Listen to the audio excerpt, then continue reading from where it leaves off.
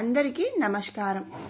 ఈరోజు వీడియోలో పంచాంగం అలాగే తిథి నక్షత్రం శుభాశుభ సమయాలు అవి ఏ టైంలో ఉన్నాయి అని మనం ఈ వీడియోలో తెలుసుకుందాము।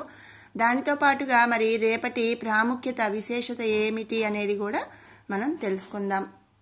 రేపటి పంచాంగం ఏప్రిల్ 8, 2025 సంవత్సరం మంగళవారం శ్రీ విశ్వావసు నామ సంవత్సరం ఉత్తరాయణం వసంత ఋతువు చైత్రమాసం శుక్లపక్షం।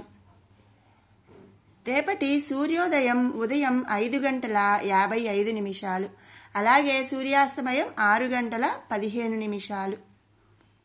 ఇక తిథి నక్షత్రం అవి ఏ సమయంలో ఎన్నింటి వరకు ఉన్నాయి అనేది ఇప్పుడు తెలుసుకుందాము। తిథి చైత్ర శుక్ల ఏకాదశి రాత్రి 11:20 వరకు ఉంది, తదుపరి ద్వాదశి తిథి। ఇక నక్షత్రం విషయానికి వస్తే రేపటి నక్షత్రం ఆశ్లేష నక్షత్రం ఉదయం 10:28 వరకు ఉంది, తదుపరి మఖా నక్షత్రం। రేపటి యోగం శూల రాత్రి 6:35 వరకు, తదుపరి గండా యోగం। ఇక కరణం వనజి పగలు 1:34 వరకు, తదుపరి భవాకరణం। ఇక రేపటి శుభ సమయాలు అలాగే బ్రహ్మ ముహూర్తం ఇవన్నీ కూడా మనం ఇప్పుడు తెలుసుకుందామండి। ఇక రేపటి శుభ సమయం విషయానికి వస్తే సాయంత్రం 5:02 నుంచి 6:02 వరకు కూడా శుభ సమయాలు అనేది ఉన్నది। ఇక బ్రహ్మ ముహూర్తం అమృత గడియలు అభిజిత్ ముహూర్తం ఇవన్నీ కూడా ఎన్నింటికి ఉన్నాయి అనేది ఇప్పుడు తెలుసుకుందాము।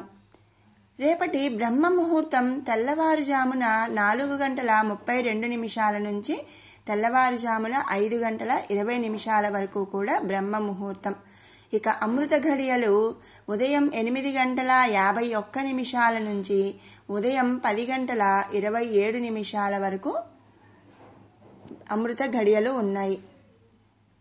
అభిజిత్ ముహూర్తం ఉదయం 11:53 నుండి మధ్యాహ్నం 12:42 వరకు కూడా అభిజిత్ ముహూర్తం అనేది ఉంది।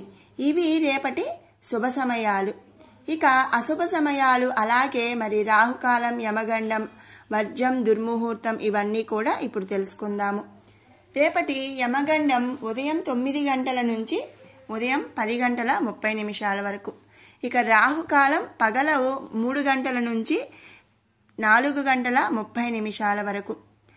ఇక దుర్ముహూర్తం ఉదయం 8:24 నుండి 9:12 వరకు, తిరిగి రాత్రి 10:48 నుండి 11:36 వరకు కూడా దుర్ముహూర్తం అనేది ఉంది। ఇక వర్జం విషయానికి వస్తే రాత్రి 10:52 నుండి 12:31 వరకు కూడా వర్జం అనేది ఉంది।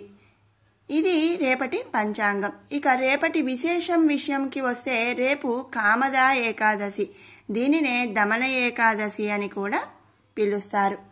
మరి ఈ కామద ఏకాదశి రోజు మరి ఏం చేయాలి అని క్లుప్తంగా మనం ఇప్పుడు తెలుసుకుందాము।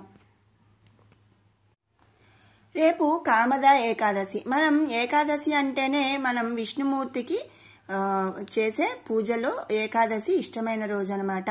ఇక కామద ఏకాదశి అనగా ఏమిటి, ఏం చేస్తే పాపాలు హరించబడతాయి అనేది ఇప్పుడు మనం క్లుప్తంగా తెలుసుకుందాము। మనకు ప్రతి నెలలో కూడా 2 ఏకాదశులు వస్తాయి కదండి। ఇక చైత్ర మాసం శుక్ల ఏకాదశి రోజు వచ్చేదాన్ని కామద ఏకాదశి అలాగే దమన ఏకాదశి అని చెప్పి పిలుస్తారు। ఈ ఏకాదశి రోజున ముత్తైదువులు శ్రీ లక్ష్మీనారాయణులను ఆరాధించాలని మన శాస్త్రం చెబుతుంది। ఇక వైవాహిక జీవితంలో ఏర్పడే సమస్యలు కూడా ఈ వ్రతాన్ని ఆచరించడం వలన తొలగిపోతాయి అని చెప్పి చెప్తారు।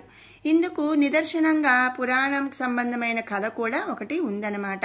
మరి ఈ కామద ఏకాదశి యొక్క పురాణ కథ ఏమిటి అనేది నేను మరొక వీడియోలో షేర్ చేస్తాను, అలాగే దానికి సంబంధించిన లింక్ అనేది ఈ వీడియోలోని డిస్క్రిప్షన్లో కూడా నేను షేర్ చేస్తానండి। ఎవరికైనా కావాలి అనుకున్న వాళ్ళు చక్కగా మరి ఆ లింక్ ఓపెన్ చేసి కామద ఏకాదశి వ్రత కథను మరి విన్నా కూడా చాలండి। ఆ విష్ణుమూర్తిని నారాయణుని తలుచుకొని ఆ కామద ఏకాదశి యొక్క కథను విన్నా కూడా వారి యొక్క పాపాలన్నీ హరించిపోయి వాళ్లకు మరి సౌభాగ్యం అనేది లభిస్తుంది అని కూడా చెప్తారు.